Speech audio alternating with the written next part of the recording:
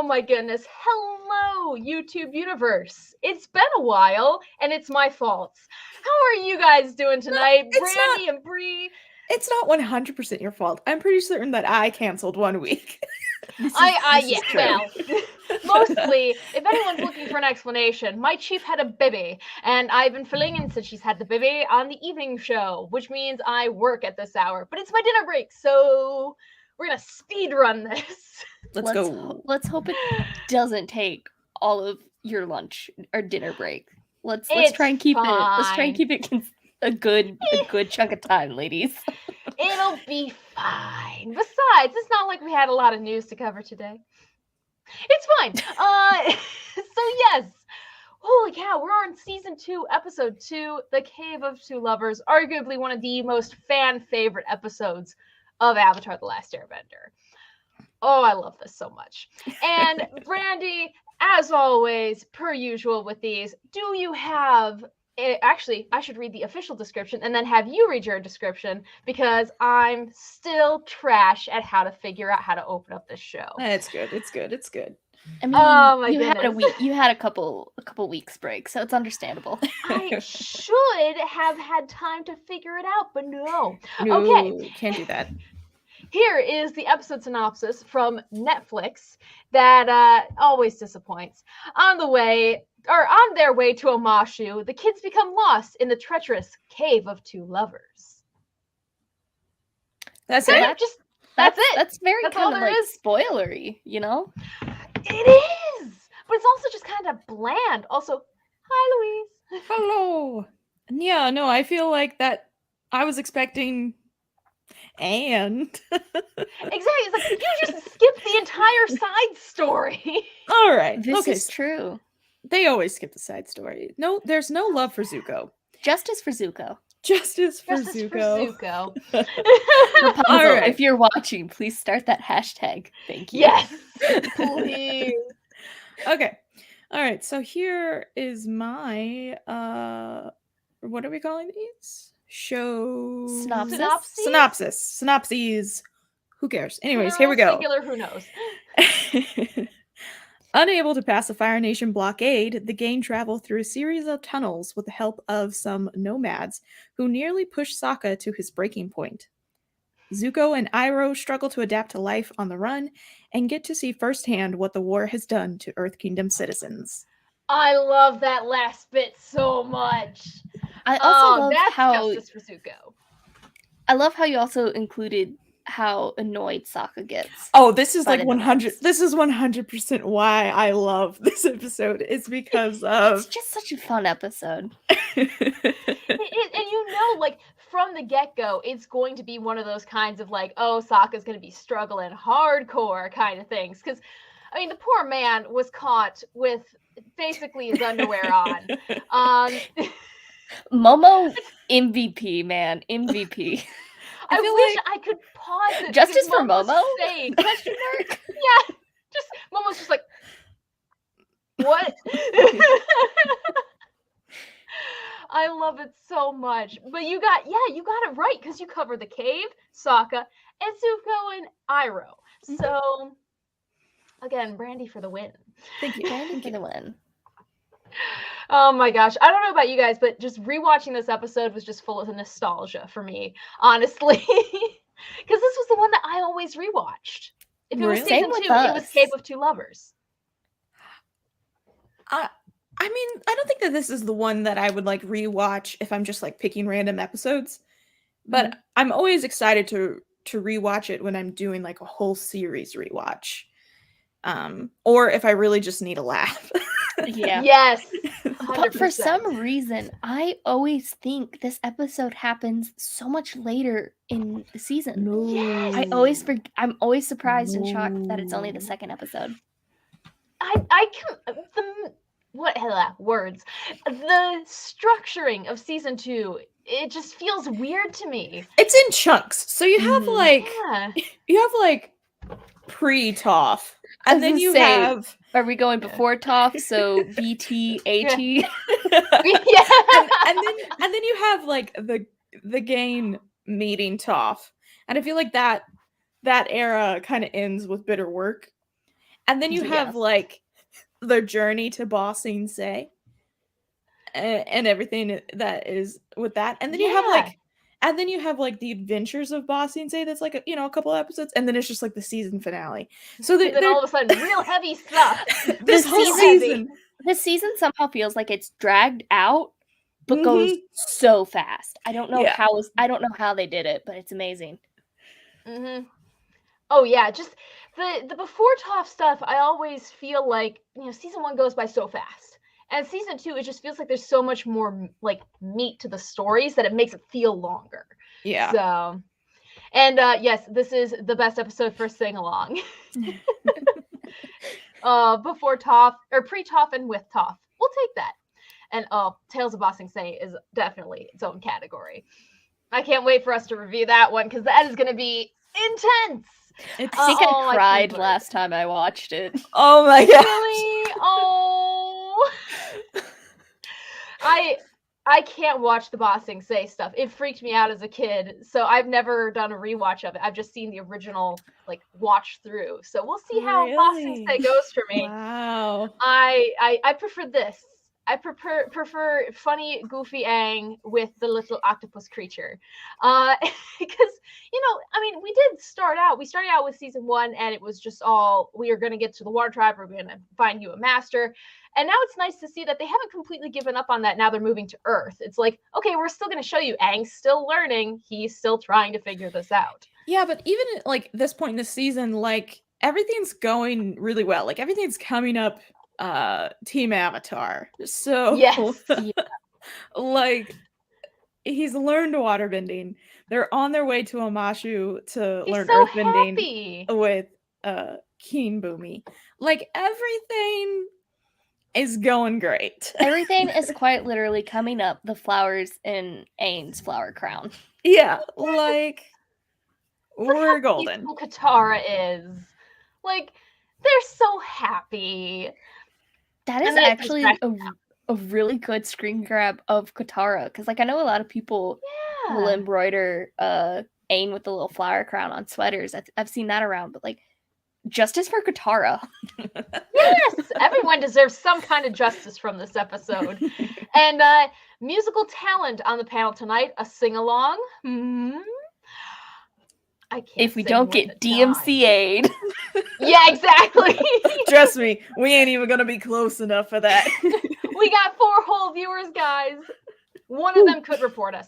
Now, I'm gonna be real. No, actually, one of them is me. Oh. I have it open on my phone. I love it. Boost. Always boost. Oh my gosh. No, but for real, like karaoke, I'm going to try and see anytime I do karaoke now if Secret Tunnel is going to be available with it. Like, it's just these nomads are so chill. I feel like I need this in my life. I love how they just walk up. I have a picture, but I also have very poor planning skills. So we'll find a combination of the two and eventually show when they walk up. But yeah, with these guys, I don't know about you, but on the rewatch, I kind of just thought they were hippies. I didn't realize they were actually like traveling nomads. I thought they just lived in the woods or something.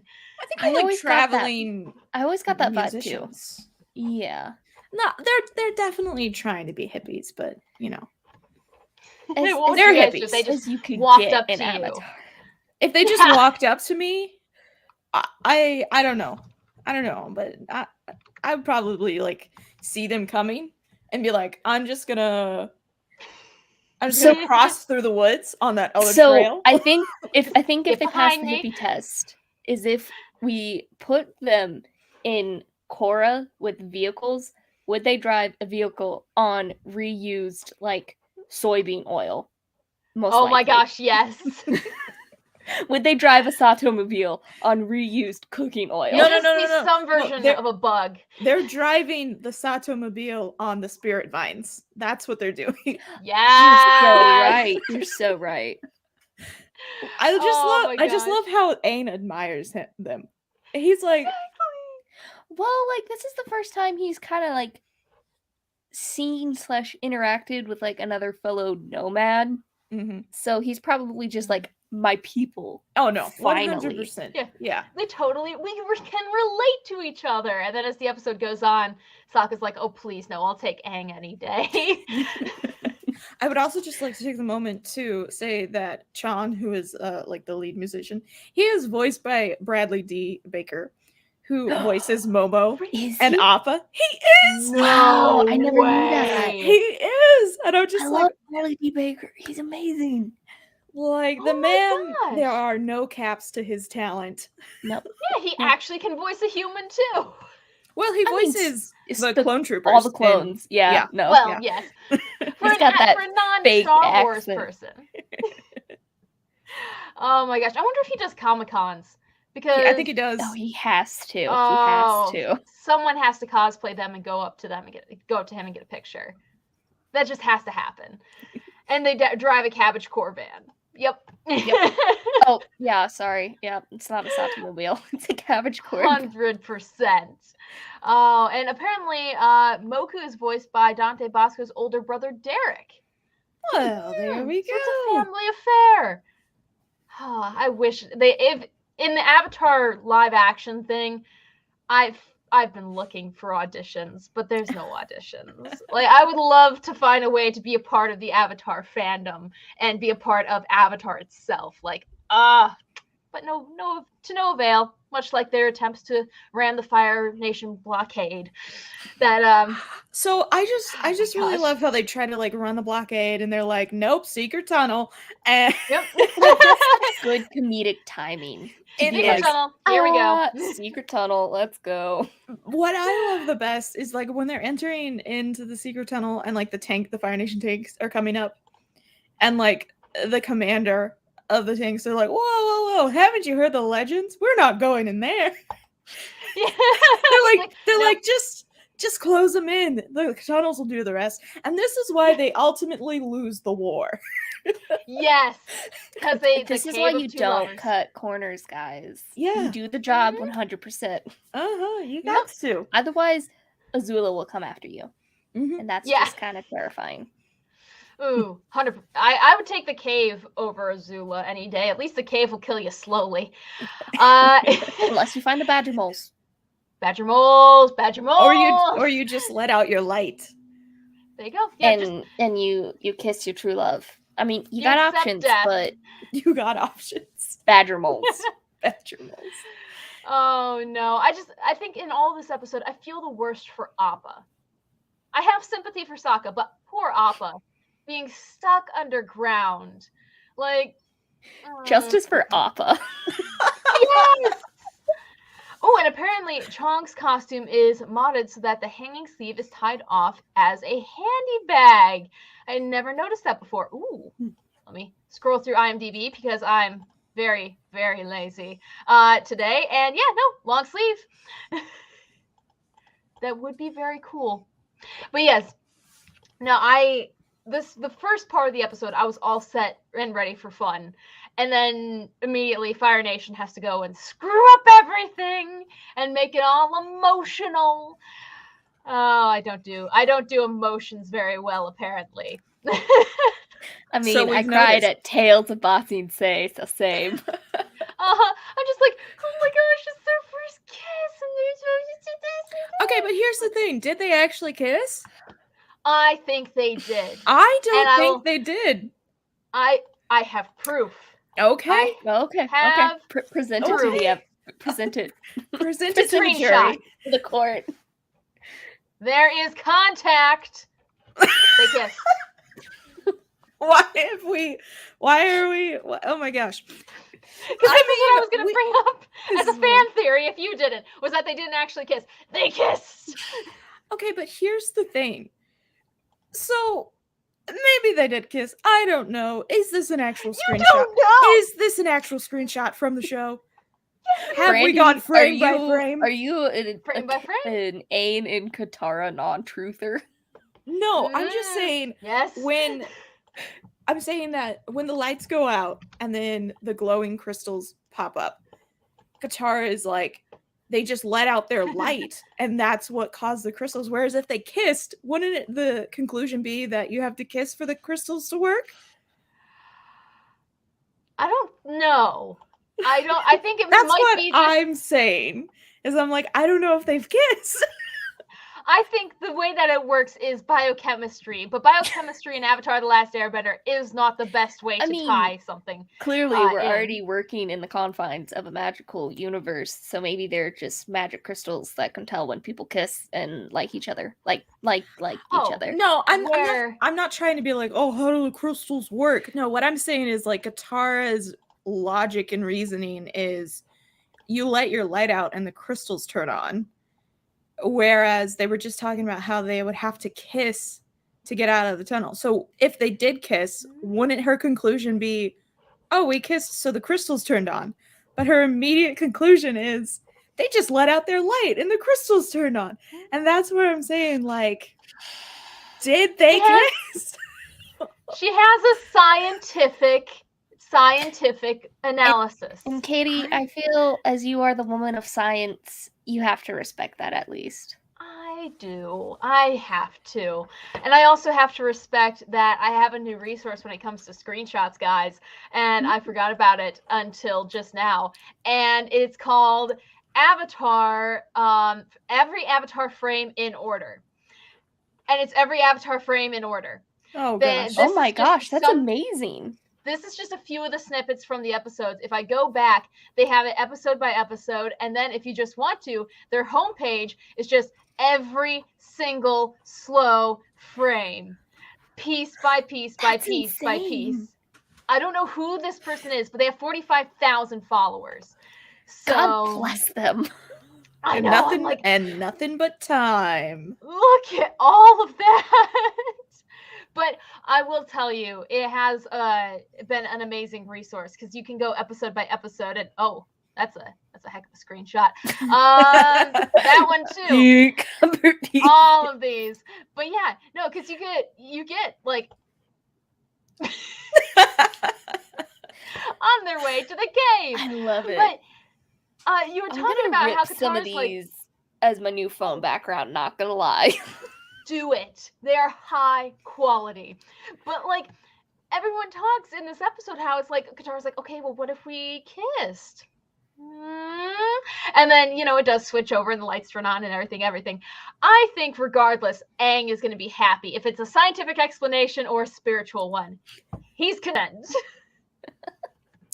He got a smoochy. Someone's in love. I wouldn't want to kiss you. Well, I didn't realize that was the worst option. Well, I mean, if it was between kissing you and dying, like, that's probably what would happen if I met someone. Yeah, okay. 100%. Yeah. Yep. That's a fair assessment. Like, that, except I'd be Aang.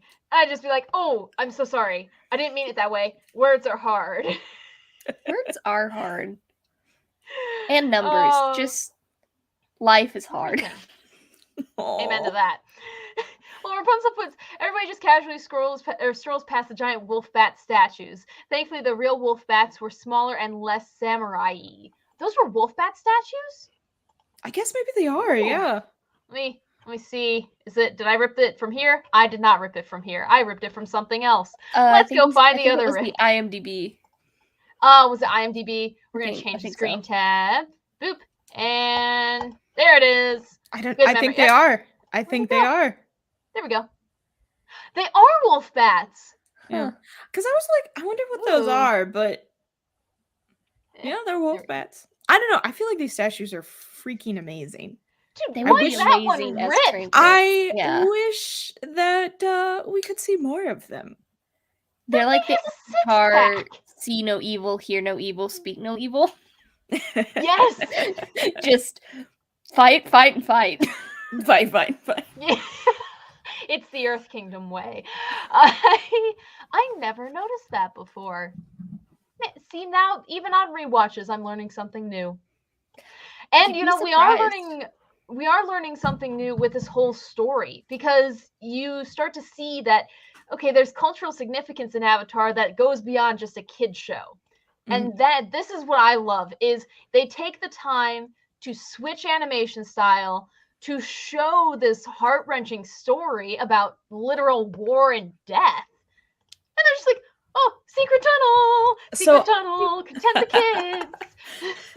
kids! So I was reading the Avatar extras for this episode, and they say that the whole like backstory between Oma and Shu was drawn and then watercolored by the same director of the episode. So she went and and she made all of those. So she's probably classically trained then. Oh, who knows? If that makes sense. Zoom in. No. Zoom in. There we go. No, that is totally watercolor. Mm-hmm. Look at that. That's a lot of frames too.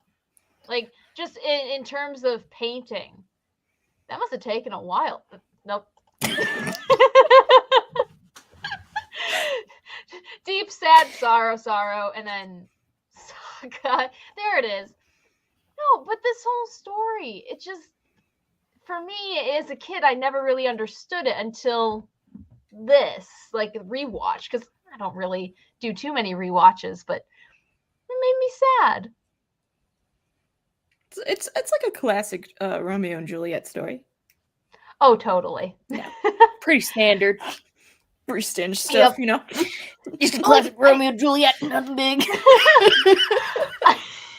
I feel like one of the reasons why they chose this story and like at this point in the series, because like Cave of Two Lovers, they could do it at any point at any time, but this feels like they're trying to say, for me anyway, like this is a story that is going to be popping up time and time again throughout their travels throughout the Earth Kingdom, where people are separated by the war and there's people die and you miss your family and you miss all these people, and that thread, which starts here, really it started in the last episode with, do you see all these wounded soldiers? They're the lucky ones. Like that underlying score of the damages of war, which I thought was pretty heavy. You know what, I just like, so you going on that beautiful rant, which I really appreciate. Which is perfect. I've never thought of it that way. It's a half-cooked rant at best. No, wait for it. Okay, you're gonna make me sound better than I am. This story foreshadows what's going to happen in the season finale, where Katara literally loses Aang. Oh, and they're in a cave when it happens. Ah! What?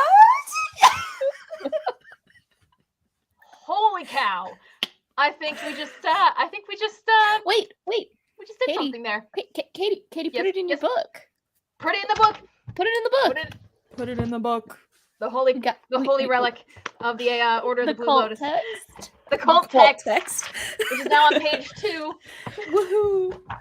Ooh. What's the Cave of Two Lovers foreshadowing? While she writes down that question in the cult text, I just want to say that I really like that they they took the time to give like a backstory to the city of Omashu, because so many times these locations, like, we don't really get a whole lot of history, and like I love history, so that was just really fun to learn. And you get the badger moles. And does this mean that Omashu is like the oldest kingdom in the Earth Kingdom? Or is Ba Sing Se older? Or I don't know. Or what? But you prove a good point. Because I don't know. Which is older, Omashu or Ba Sing Se? Here we go. Aren't they the first Earthbenders, though? Yeah, so they're the first Earthbenders. So then I think Omashu might be older then. Well, you see, like, so everything with like the first Earthbenders and stuff like that, this is where like things kind of get confusing, especially with Legends of Korra. And so I think, like, if you haven't watched Legends of Korra, it kind of goes a bit deeper into like how everybody got their bending and stuff like that. But I think that this doesn't happen very near like Avatar 1. Like I think it's a couple of avatars after this where people kind of forgot that they used to live on the backs of lion turtles and stuff like that. And so maybe they have kind of like forgotten how to earthbend and stuff like that. And so that's why the badger moles teach them, and they're kind of like the first earthbenders. Who knows? I don't. So deep. Okay, I don't. That makes sense, Brandy. But like, Yes. and it could also be like how people, you know, live in different regions and migrate, and like who knows. But Okay, so then all I'm saying is Ba that, like, Sensei might again be the oldest then. Yeah, because I don't know. Rapunzel does bring up a point that they could have learned from the lion turtles, and these were just the people who learned first from badger moles. yeah, so I think Yeah. that like these are the first two earthbenders like in this region that learn earthbending, or it's the first two people that learn earthbending in quite some time. They're not the first earthbenders, but they're the first to learn, which I think Katara even says that. And so for anybody who hates on Korra and what they did, Yeah. Korra still works. Korra expanded the lore. Korra still works. Is Ba Sensei is one of the oldest. Yeah, that's what I'm saying. Like, I don't think get around it. I don't think we're gonna find an answer. But That's upsetting. Well, when I throw our cult text at the creators of the show at a comic book convention, okay, maybe Precisely. don't refer to it as cult text when you I don't know. Yeah. They seem kind of chill. I They might be answers. down for it. And You have to hope have a hook security to get doesn't them drag in. you out when you throw Yeah. a book at them. Make a copy of the cult text before you throw it at them. Please. Well, apparently Louise hasn't gotten around to watching Korra yet, so I'd recommend it. I was super into it in high school, so It's good. it is, and you get to expand more on the stories, which is so much fun. Oh, I just realized that's the face I had when I got my show done tonight, and then I looked at the clock and saw we had 15 minutes to actually airing our show, and I was like, and ran home. That's the face I made when I realized that I bought a template with the company money that we can't even use. Oh, Yeah. no. Yeah. Everyone has a use for this. That's the face I make when I forget how to do something at work too, so we're all in good company. This is the face I made last night when I started to hear Radar vomiting up a fur ball, but I was already in bed and the lights were all turned off. I turned on my desk lamp. I'm just like, oh, Appa, the most relatable one in this episode. Just constant panic and fear. Oh gosh, how do we transition away from this? Zuko! Zuko! Yes, because we get to meet and see some earthbenders who are just like genuine earthbender people who aren't a part of the army, and they're just living their lives. And Zuko finally gets to see what it's like to be a peasant like the rest of us. So how long has it been since they've been on the run? You know, it doesn't really say. No, Okay. this is the first episode after they were like started on the run. Yeah. Because like, you know, Zuko's already got like the stubble. Yeah, I don't think it's very long fuzz, but it's like definitely like you just took the razor without the guard and you decided to buzz it all at once. he went through just an emotional period and just looked at Iroh and was like, well, if you aren't cutting your hair, I will, and just flat out shaves everything. Like Mussolini. He's just, what do you want, sir? Bald. Okay, so sorry. I was looking at a map. So if you think of like and maybe I'll just send this to Katie. Hold on. Yes, I shall pull it up.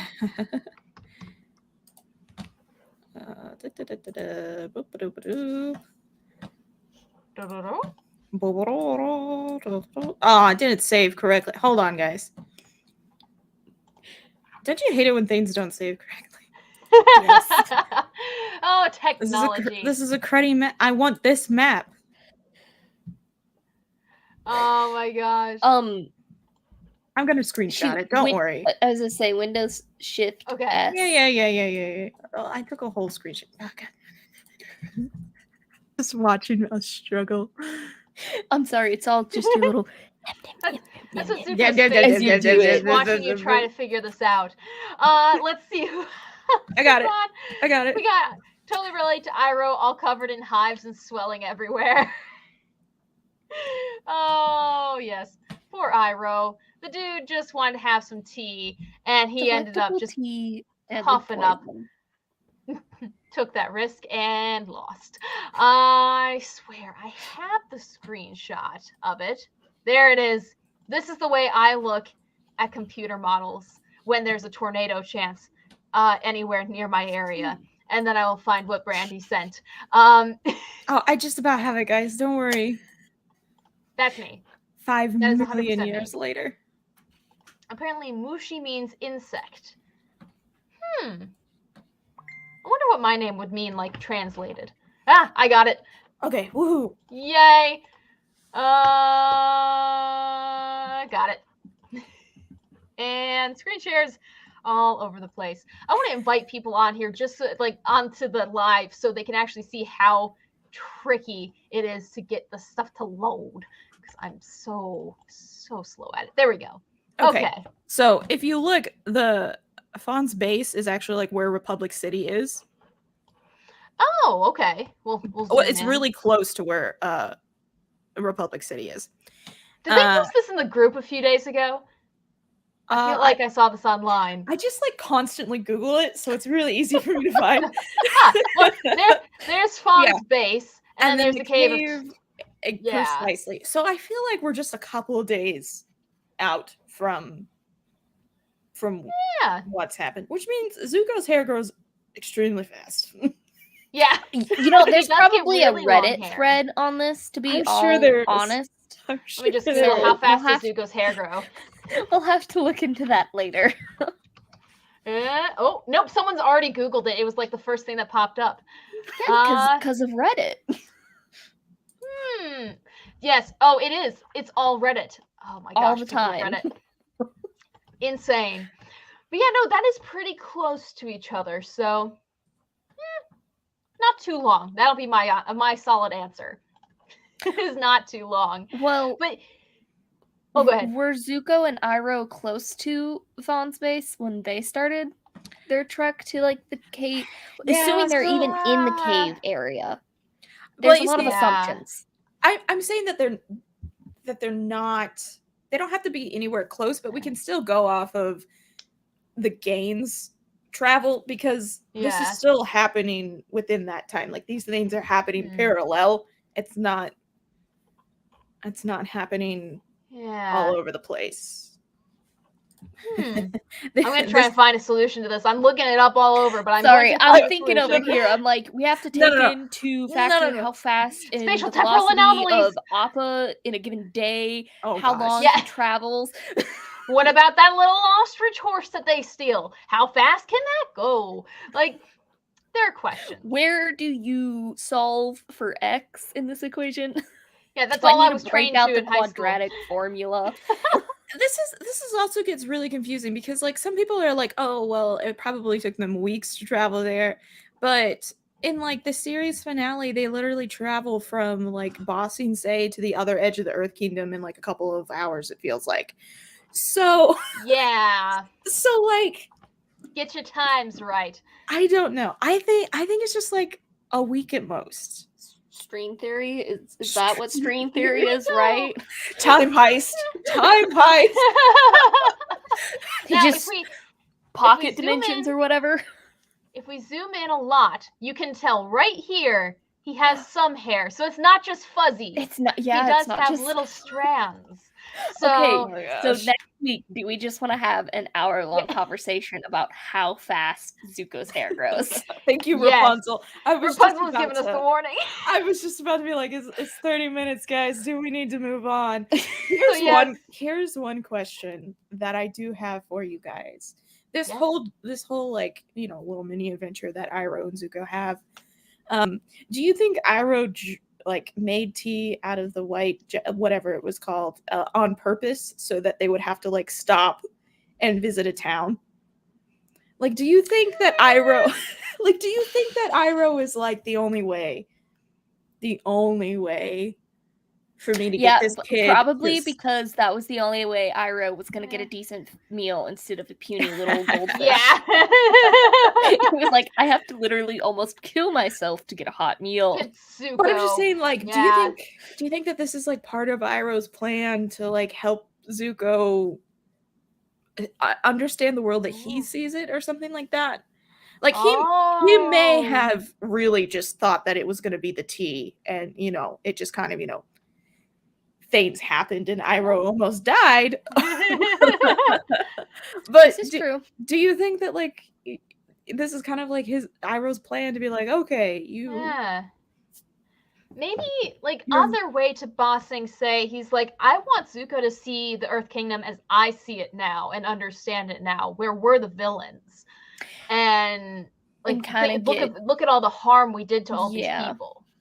Kind of get Zuko to understand like the war a little bit more, because like clearly we know the gang are more aware of what's happening and like displaced families and all that stuff. Yeah. So it could be. Well, and now Zuko can have someone to commiserate with almost, with the fire burns. Here's the one thing. I kind of find San a little bit annoying. Okay. Well, I don't know. She was just like, if you like have somebody over and you're just like talking and Zuko's just kind of like just not really giving off the vibe. You see this scar I got when I tried to do a wheelie on my scooter last summer? Man. Yeah. Like, obviously he does not want to talk about this. You want to go see my room? Yeah. But she's just like, wore this, wore that, wore this, wore this, wore that, wore that, war. And he's just like, how old is she? Oh, I should say. She's got to be like 16 or something. Okay. Yeah, I would go like 14, 15, 16. So, yeah. I mean, I guess it's kind of understandable because she's grown up. This is all she's known. Like, I know, but it's just like, couldn't we have talked about something? I don't know. That's what Zuko's like. Can we please change the subject? I just find her really annoying. Yeah. Like, of all the people that we meet, like throughout the Earth Kingdom and people who have been affected by the war, like she lacks awareness of social cues. As Rapunzel I get that we've all been there. I've been there multiple times. But I'm just like a daily occurrence. A daily occurrence. Almost hourly. This brings up something that's teetering on the edge of a fan theory almost. Is her scar is like a flame texture. Hers is like just a natural flame. Yeah. Zuko's is like a blowtorch, and it is centered right over his eye. So his father was trying to blind him. He was trying to make the most intense heat possible and just mar him rather than just scar him. Yeah, and I think that this points that out. I think that we talked about this fan theory before, but there's a fan theory that says that it wasn't just a flame that Iroh used against Zuko, but it was like his actual hand. Iroh, yeah, no. Ozai. No slander. Sorry. Yeah. No, Iroh. Probably like one of these situations. Iroh is a beautiful being who wouldn't hurt anybody. He directs lightning away from Zuko, not towards him. Yeah. Sorry. I have to mix up somebody's name at least once throughout these streams. So if you have your bingo card, you get to check that one off. I really gotta make one, guys. You do! You and Rapunzel, make some bingo cards. But no, the fan theory is that Ozai literally held his flaming hand onto Zuko's face. Because it's kind of in the shape of a hand. And it is, isn't it? Mm-hmm. Yep. Yep. And the scar is practically a handprint. Yep. Oh, so sad. Yep. You know what else is sad? Well, really, most of Zuko's life. But when you see, like, at the end, she sees him stealing the ostrich horse, and she's like, okay. This is the one thing that I actually really like about this character is because this moment is so it's not that she lets him take it. I like she's so sad. No. Be like, you know what? No. Really great. This moment is great because it's so simple, but it says so much because she understands that everybody is struggling throughout this war and everybody's hurting, and so them stealing this ostrich horse is gonna hurt her family just as much, but maybe they need it more. And so she just lets it happen because I think she's lacking a lot of social cues, but I think maybe she picked up something on Zuko that he hasn't seen a lot of kindness, so she just let this slide. Maybe he'll remember. Even though in his head he's like, yeah, I totally stole this. They didn't give this to me. They're about to give us some more. It's like, oh. Zuko, you baddie. No, yeah, I do. So Christian in the comments says I hated this scene on the Facebook page. Like, that's how I feel about it. Like, come on, man. But it shows like Zuko still is in that mentality of you're gonna give more. And I'm in a bad situation, you're gonna help me make it better. So oh well. Gosh, yeah, we have what, 20 minutes left? Holy cow. Switching around. The poor Momo. Poor Momo. Momo looks as scared as I feel going into the real world these days. But yeah, no, we get to the cave and I sometimes figure out like Zuko's story and this story are almost two separate episodes in my mind. Because this one just has so much content. Yeah. So much. But, you know, Sokka really is my favorite part of this episode. Another beautiful Sokka episode. Just between really him builds in that trying to character protect development. people. He got that booty. He got what else? Poor dude. That one's like he's got that favorite. Avatar scar. So I think that guy might be the Avatar. So when I was a kid, and that line in Katara asks, Sokka, why is your forehead red? And then Sean comes in, he's like, don't react to what I'm about to say. But I think that kid might be the Avatar. For the longest time, when I was a kid, I didn't understand that he said that kid. I thought he said this kid. And so I thought he thought Sokka was the Avatar. Honestly, still works. Really? Still works. Yes. As a kid, that's what I thought the line was. And I was like, oh my gosh, he thinks Sokka's the Avatar. This is so... And I don't know when I realized that he said that kid. And he was talking about Aang, but I distinctly remember thinking that Chan was like, Sokka is the Avatar. And that's why Sokka is like, oh my gosh. I mean, it still works. I swear. It still works, but it does. Oh no. And also Brandy, obligatory nipple. Sokka puts up with so much crap with this. Yes, I couldn't let that slide. Hey, it only took her 42 minutes, Brandy. Aren't you proud? Not really. You should be very pleased that it took me quite that amount of time. Oh, but this was my first introduction to face palms. Oh, really? Oh. Yep. First ever introduction to them, and I've been doing it ever since. I'm sure underneath the makeup I have like a red welt. I don't from face palm enough in my life, and I need to. I face palm quite a lot, so I feel like I've just, that's just like a natural thing for me to do. Yeah. Well, and Rapunzel says, after teaching my kids about fiction versus nonfiction, anytime they ask if a story was real, my response is always, oh, it's a real legend. Oh, it's a real legend. Wait, is this story real or is it a legend? Oh, it's a real legend. No, the screen grabs. I found so many for this episode that I just want to make into screensavers. Like this, is this a real? What? It's a real legend. We all know people like this in our lives, and they all make it difficult. Here's the thing. No, here's the thing. I am her name Brandy. I will do this. Really? I will 100% do this. She does. Oh my gosh. So Katie, if you will just conveniently point down at Brandy, yeah. This is 100% me. Oh my gosh. Well, at least you know the sarcasm. I know where it came from now. Like I feel like all of our personalities are partially influenced by Avatar: The Last Airbender. Yeah, 100%.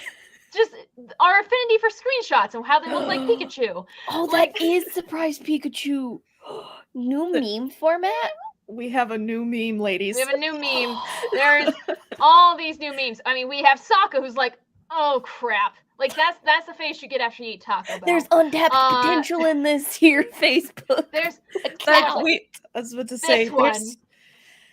Brianna, I know what we're gonna do this weekend. We're gonna make a lot of memes. I'm horrible at captioning.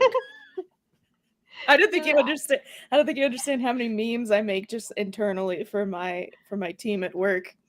And we have to post these all to your guys' Twitter. I feel like just this one. Instead of minting NFTs or any more cryptocurrency, we're gonna be minting memes this weekend, Brandy. All right, let's go. It's a lot less computer. This one's processing. Just like, boom. Yeah, you got Zuko. You got all the possibility. Enough said. Avatar. Every avatar frame in order. That ton. It will totally. Oh gosh. Let's go. Just this is fantastic. Just do it. Just do it. So that's the moral of this whole fan page. Is just wait, wrong one. Nope, still the wrong one. Still the wrong one. Got it. Here we go. Okay. Anywho, yes. Did we have anything else we should talk about before diving into fan theories? Other than that, so. I do have one more. Here, they hug, which I think is a really sweet way. Like they kissed and then they have a hug, and they're just like, "Oh, we're so happy and we're friends and let's go." I mean, I don't mean to like side with Brandy in this, but like nothing happens relationship-wise after that. And that's like one of the natural progression of, oh, we kissed, we liked each other, maybe let's develop this more. But I guess like awkward kids or whatever. Yeah. Yeah. Here's the thing that like, and that's one of the major complaints about this episode is that like it's so like they're about their relationship, but literally nothing happens in the rest of the season. And like, yeah, like we even have like a pretty heavy moment between Katara and Zuko where like, are you guys like are you gonna be a thing? Zutara! Yeah, like we have that. And so that's why I'm like, I don't know if they kissed, but in like Katara's defense, especially when they do kiss in season 3, Katara's like, whoa, like we're fighting a war and blah blah blah blah blah blah blah. So maybe that's always like her standpoint is that like they have no time for a relationship, whereas Aang is like, why not? But I'm not getting any younger. I'm already 112. So. Yeah, his days are literally numbered. So, since this is an unconventional stream, just like timing-wise and such, I do have one thing that I have to point out, and this is their first kiss, because I do believe that they actually kissed. You kind of got me with that screen grab. I've never seen that screen grab before, so... Yes, I'm hoping it's actually genuinely real, and I'm not just going to have egg on my face, but I'm pretty sure it's real, because I got it from a reputable source, the internet. And, but no, it reminds me, like, when they get married and stuff, maybe they go back. And they're like, this is where we had our first kiss. And then they go back. I know. But Sokka doesn't go because he doesn't want to be mad. Sokka's like no, trauma from the first time.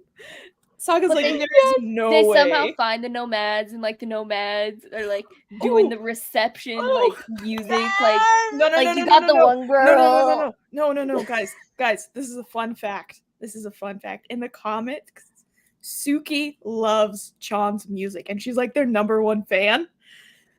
Oh my gosh! She's like, ah! And Sokka's like, producer. Oh my gosh! Amazing. Apparently, the band's "Trustfully in Love" appears in their comic Toph Beifong's Metal Bending Academy. So yeah. Yep. And Suki's like one of the biggest fans. Yeah, Sokka stays home to babysit. But no, I just thought this is so cute. Yeah, he opposites. Because Appa's not going down there either. Like Sokka, and this will be brought up probably more in season 3, but Sokka never gets in the way of their relationship. Like the typical big brother trope of, you better be good enough for my sister. Sokka's like, okay, I'm going to stay in my lane for this. If anything, like he makes fun of it on both ends.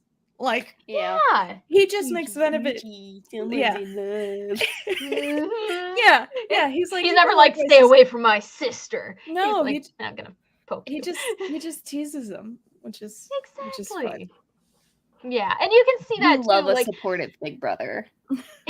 Yes. Oh, seriously though, like I have a little brother, and he is so supportive of me and just like adorable, and I love him totally. Where did it go though? There's a screen grab. There it is. Okay, so like he's always taking care of Qatar. Like he's never afraid to be that big brother, and that's what I really like about this one little screen grab. It's just like a second on screen. But you get to see, I've had a tough day, I've had a really stupid day, but I love you anyway. Like that's siblings to a T. I would have okay. Yes, I was like, you guys can maybe disagree if you want. I mean, you're talking. Bran and I are best friends, so exactly. No, I swear, as cheesy as it sounds, my family's my best friend. Like, by default, being best friends by default is still being best friends, and I will not hear it. I am pulling a Dr. Doofenshmirtz on this one. Yes. Oh my gosh. I gotta tell you, I got plans for Doofenshmirtz when it comes to my forecasting, because I live in a tri-state area. So for Halloween, I'm dressing up as Doofenshmirtz, and I'm gonna be like, "Here's the forecast for the tri-state area," and just if my boss. I think he's pretty big on TikTok, so like he might duet you. Dan Povenmire, yeah. Why have you taken this long to do this? Like, how many Halloweens have you spent at that station? 3. And if it comes to 4, we're doing it. Oh my gosh, yeah, no, it's happening. It's happening. It's gonna be a fandom forecast regardless. But yes. Oh my gosh. Okay, we have I'm gonna give it 10 minutes because I have time. Okay. There's no weather, so I have a few extra minutes. But yes, theories. We're in luck because there's not much. The one theory that I do have is the badger moles that are in the cave. Mm-hmm. I think those are the same badger moles from the story of Oma and Shu, and I think that these badger moles are kind of like what the dragons are in season 3. Oh, they just kind of live forever and teach people? Yeah, they're like the spirits. I mean, or something like that. It makes sense because, like, isn't the cave, like, ever-changing? So, like, they're literally just forming new labyrinths. Yeah, it's either that or badger moles live for, a millennia or something. Time to ask Google, how long do badger moles live? And then the next thing, so again, this is like kid thought brandy, and it's not necessarily a theory, but when Toph tells her story about how she learned earthbending and how she went to a cave and she found these badger moles, I was like, oh, they're the badger moles from the Cave of Two Lovers, even though the Cave of Two Lovers and where Toph lives is a ways away from the map. I still just always think that these are the same badger moles that taught Toph. I never made that connection. No, that's just the way that my brain works. So what if these are the same badger moles that taught Toph, and they just, traveled a couple 100 miles away because they're spirits and they're just so in tune, and they were like, we got to go help this. Kind of like how in the swamp, the major theme is everything's connected. Yeah. What if this is everything's connected and these are the same badger moles? Okay, I'm seeing that thread. Well, also, but again, this is like 10-year-old brandy thoughts. Okay, they're not 100%. They're good thoughts. You were good. They're not 100% sound. I'm gonna be real with you, Brandy. Even current day Brandy, if you started watching this show right now, would probably still have the same thought process. I know, but I'm just saying, what no if shade, but you would try and connect them definitively. Bro, did you not hear the theory that I had about that monkey statue? That's gonna be hands down the best thing. I have so many note cards. I have them stashed up here, and it's all fanfic ideas for when I actually have time. And the Miyuki one and the statue ones are my main. I forgot about the Miyuki one. freaking Miyuki and Iroh paying Miyuki to whack the Fire Lord. Oh, it's amazing. But so Avatar Wiki, going off of what you said, they said that, and it's a point that I hadn't thought of, which was the Badgermoles are the only original animal benders that weren't killed by the Fire Nation, because the Fire Nation killed the dragons for glory and for pride. Mm-hmm. And there's only a few, like 2 known survivors from what we know in Avatar: The Last Airbender. And the Sky Bison were killed when they took out the air nomads. Mm-hmm. And since the waterbenders learned from the moon and the ocean, that leaves the only animal benders as Badgermoles. Actually, no, the fish are technically like the original. Oh, they add they're fair point. Yeah. Well, but and they didn't get whacked for half a minute. I was about to say it still holds true, because they did get Zhao the Conqueror conquered too close to the moon and ultimately paid the price. That should be a t-shirt, just I conquered too close to the moon, and it's a gravestone with Zhao the Conqueror. Okay, Bree, we're gonna find a nice screenshot of Zhao, and that's gonna be our first meme. There you go. Oh, exactly. I think that Facebook page has stuff from where'd you go? It's gonna be a top text, bottom text, when you conquer so close to the moon or whatever. Oh yeah, no, I already have the formatting. Don't worry. We're reading back top text, bottom text, baby. It's 2010s again. I was gonna say we're gonna kick it like it's 2010. Yay! Oh, this Avatar Every Frame Facebook page has every album, and I think they do the Siege of the North, which means that there's Zhao screenshots, and oh yeah, go check it out. Just go check it out. Because you get to see him. There we go. There. Sorry. There's a lot of theirs happening, but I'm trying to find it and click through it. There and there. I conquered too close to the moon. I feel like this is it. This may be good. It. This is a close contender. Joseph, him trying to it's I a don't know what he's 2-panel. trying to do there. It's a 2-panel, Brianna. Why not 4? Why not 4? Yeah. And then there's also like the whole, where'd you go? Siege of the North Part 1, and you can just get like, oh, that is a cool screenshot. We got options. I'm saving that one. But yeah, no, you can get some Zhao ones that are pretty dope. So there you go. Now you have something to do this week. Also, apparently a fun fact, D. Bradley Baker does a sing-along on October 26th Animal Roll Call episode of Braving the Elements podcast. It's fabulous. Here we go. Karaoke. What did I say? Doesn't get the No. It's a sing-along, but we can turn it into sing-along karaoke. I was. Anyways, the next. I thought I called it like karaoke or something. No. Yes. Next fan theory. You good? Okay. So the next fan theory that I have is in the beginning of the episode, Aang says something about they could take us to go see a giant night crawler, and on the way they'll see a waterfall with an endless rainbow. Oh, no. I know where this is going now. This is the same waterfall that Sokka later draws in when he's training to be a swordsman by Master Piandao. And the only reason why he draws the rainbow is because subconsciously he has that living in his brain rent-free. Through the entire war, just rainbow. Because he's like, there's supposed to be a rainbow here, but I don't know why. Oh my gosh. And the fact that place is actually real and here on Earth and you can go and visit it, also very cool. Yeah. I like that. Fan theory accepted. Why does that make us so much sense?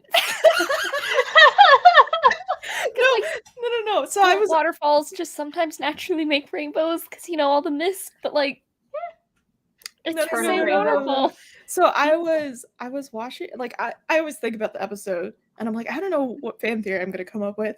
And then I watched the episode and I'm like, And so I was watching the episode and I was kind of doing that thing where you're just like listening to it, but you're doing something else. And then I kept on like, hey, you gotta pay attention. And then like I heard that line and I was like, core memory has been Wait a second. I know this. And I was like, this sounds oddly familiar. It's perfect. Yeah. So those are the only fan theories. Kind of weak this. Nice.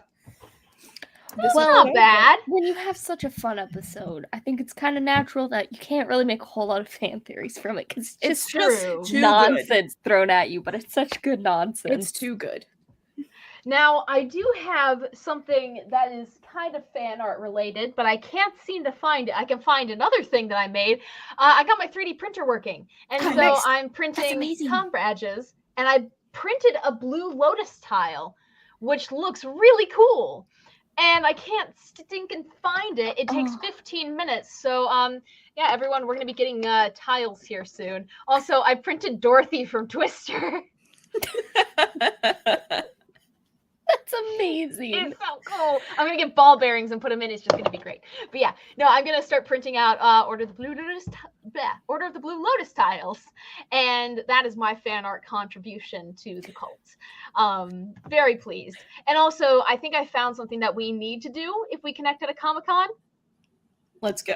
I'm still 100% down for it being the what's the play called? Oh, oh gosh. I don't know. I'm having like Ember Island. Ember Island Players. Yeah. I'm still down for doing that. But this is a close second. If we don't get enough people, we can definitely do this. Yep. This person's just living their best life. They really are. They smoke some cabbage before doing this. They have no soul. Yeah. And this one, I love how happy he is. It's honestly, he's the most happiest. He probably has the idea. No. I call dibs on that character. Yeah. Yeah. No, Brandy calls dibs on him. Yes. We were already. I could be the crazy dancing lady. Yes. I mean, I don't have the chest for this man, nor the nipple, but I could try. Yes, we just need we can get this to go. We can get this to go. Yeah. If you cosplay as Trustfully in Love, you are required to sing and play instruments. Oh, that's why I want to be the dancing lady. There you go. Brandy, you can keep a beat, right? No, I can't. Oh no. You know me, I can't keep a beat. Oh no. Well, if you can't keep a beat, then no worries. You can also try fan art. And my favorite one is, where'd you go?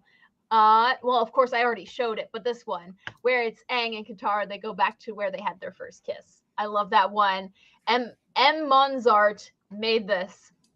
Highly recommend following, because that is so beautiful. And then there was also one where I just like that it shows that anyone can do fan art, and it doesn't have to be elaborate or detailed and like really colorful and stuff. Beautiful. It should be beautiful in your style. And like this is what my style is when I actually draw things. So this I related very much to, who is this? If the stupid tile thing would go away. I'm guessing it's Spider. I was gonna say Spider GG, it looks like, or something. There we go, Spider. Yep, Spider GGG now and DeviantArt. Or those could be nines. Or nines. Guess. I'm sure you'll find them. But yeah, no, I love the pastels. And this is what caught my attention, is all the other ones were like really bright and vibrant because of the cave crystals. And they were really neon electric blue. But this one's just very calming, and I needed that in my life today. So really good job, Spider, if you ever see this. But yes, that is all I had for fan art. Mostly it's just cosplays. Wait.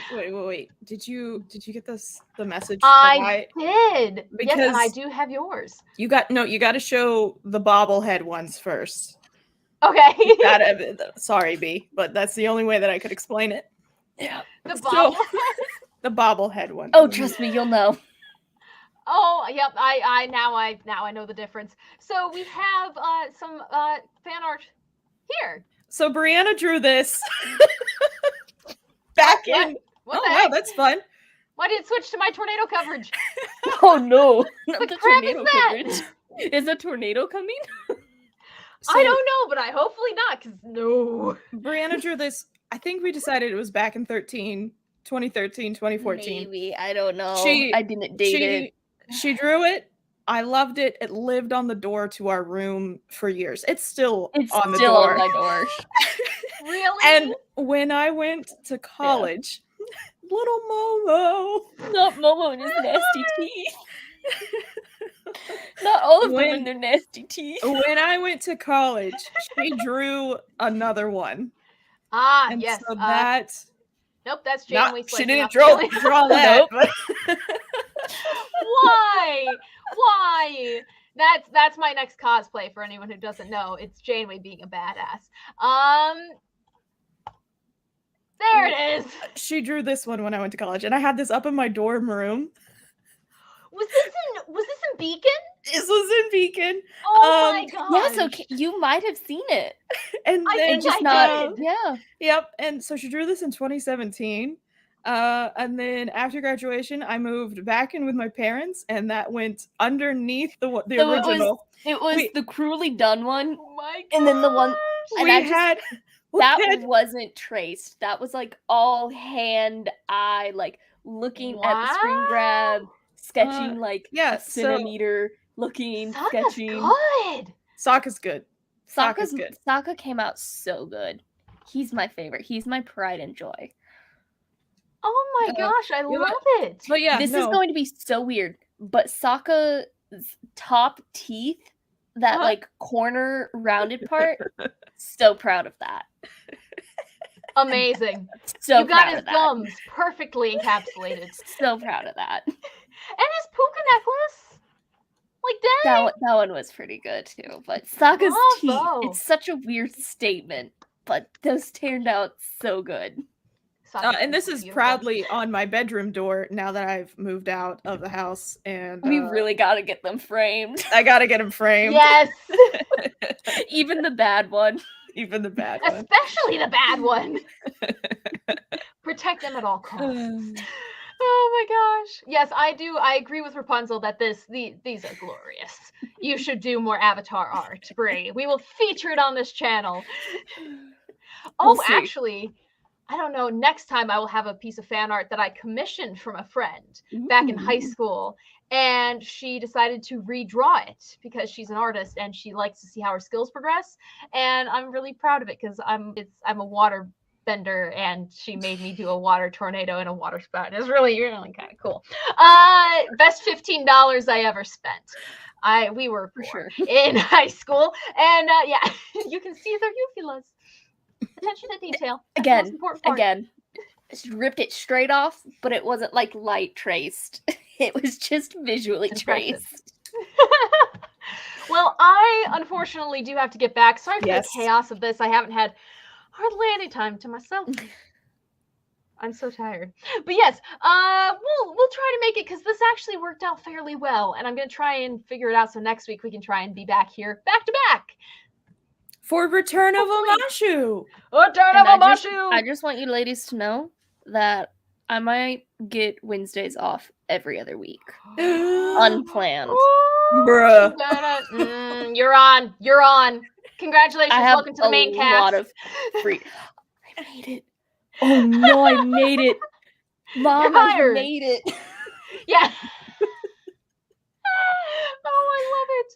Yes, no, definitely. And we're gonna have to start getting like Louise and Rapunzel and other people on too, because for sure I love this so much. So thank you guys again for putting up with my chaos and being here and just making it better. Also, Brandy, side note, your camera looks amazing. Like it's like HD. Did you get a new camera? It's the same camera that I've had for a while. Well, I was finally attached to a computer that can process it. There it is. I was using my laptop webcam for the longest time because I couldn't get my camera to connect. But no, I haven't. This is it. The lighting is bad. My next feat is to tackle the lighting. The lighting is way better than what I'm working with over here. So you're good. Nah, I'm a little washed out. Just white balance with your hand like I did. I don't think so. No. Sometimes I look jaundiced, but other times I look ghastly pale. So no, I look like I need to be living in a castle and drinking blood. Like that's what. Not to be weird, but we have the things for that, Brandy. I know. I did, fun fact, I have lower tooth fangs. My lower canines were rotated 90 degrees roughly. So they were vampire fangs. And my orthodontist demanded I change them. So I'm kind of sad. But yes, until next time, everyone, be vampires, have fun, and enjoy the journey. Do you want to go sing? Do you want to sing Secret Tunnel, Dop? Look at how big she's gotten, guys. Oh, she's so big. She's so big. She's so beautiful. Yeah. Cat envy is real. You just stuck your paw in my mouth. She's like, just stop it. Just let me go. She needs her space. Sorry. Exactly. But until next time, guys, thank you again. And we'll be back with Return to Amashu when we return, hopefully next week. To the stream. To the stream. Farewell. I almost clicked leave studio. Now we're clicking end broadcast. Bye.